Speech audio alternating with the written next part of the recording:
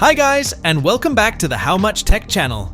You certainly know about binoculars and telescopes for magnifying faraway objects, but consider their in-between sibling, spotting scopes. They're the sweet spot of specialty optics, letting you zoom in on wildlife, stars, targets, birds, and more, so you can see in detail what your eyes can't achieve on their own.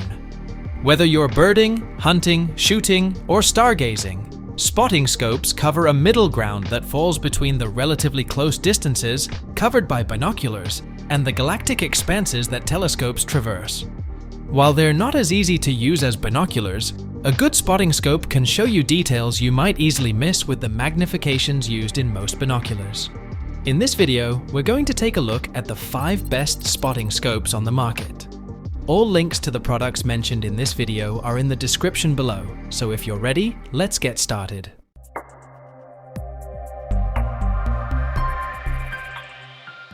Number 5. Vortex Viper HD. Optics from this family-owned American brand are ubiquitous in hunting because they offer quality performance at lower prices than most high-end brands. While the Viper scope is aimed at hunters, this is a high-performance scope at a mid-tier price. The compromised 65mm objective lens size makes the scope small enough to be packable but big enough to be comfortable to use in the field or at the range. It weighs just over 3 pounds, which is about as light as you can hope for at this size and quality. There are certainly better, more expensive scopes available, but for most buyers, the marginal improvements aren't worth the hundreds, if not thousands, of extra dollars required.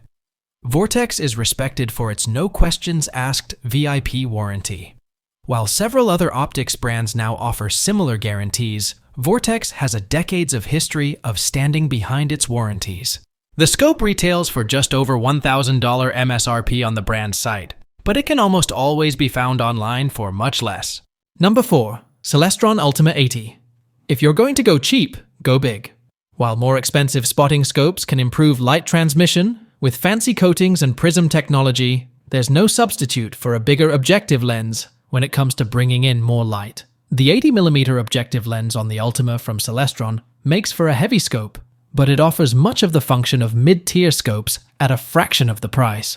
While this is a budget option, Celestron is a California-based company well known for its stargazing telescopes. And while it may not be on par with the quality of more expensive glass, it shares most of the same tech and features.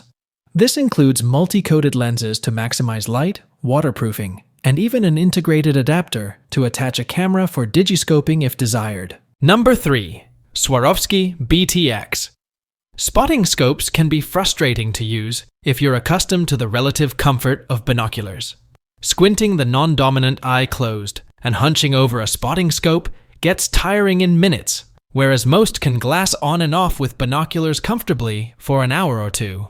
The Swarovski BTX system completely solves this problem by offering a binocular eyepiece for its high-quality spotting scope objective lenses. This beefy setup is pricey, no surprise, but with a headrest and dual eyepieces, you can have the binocular experience with the power of a spotting scope. I have tested this setup at my local dealer many times, and it is a breath of fresh air compared side by side with a traditional spotting scope. The downsides are fairly obvious: weight and price. At over 10 pounds, this is not a unit you're lugging very far from a vehicle, especially since you'll need a heavy-duty tripod to properly stabilize the heavier optic. The cost is also about as much money as you can spend on a spotter setup, so it's not realistic for most.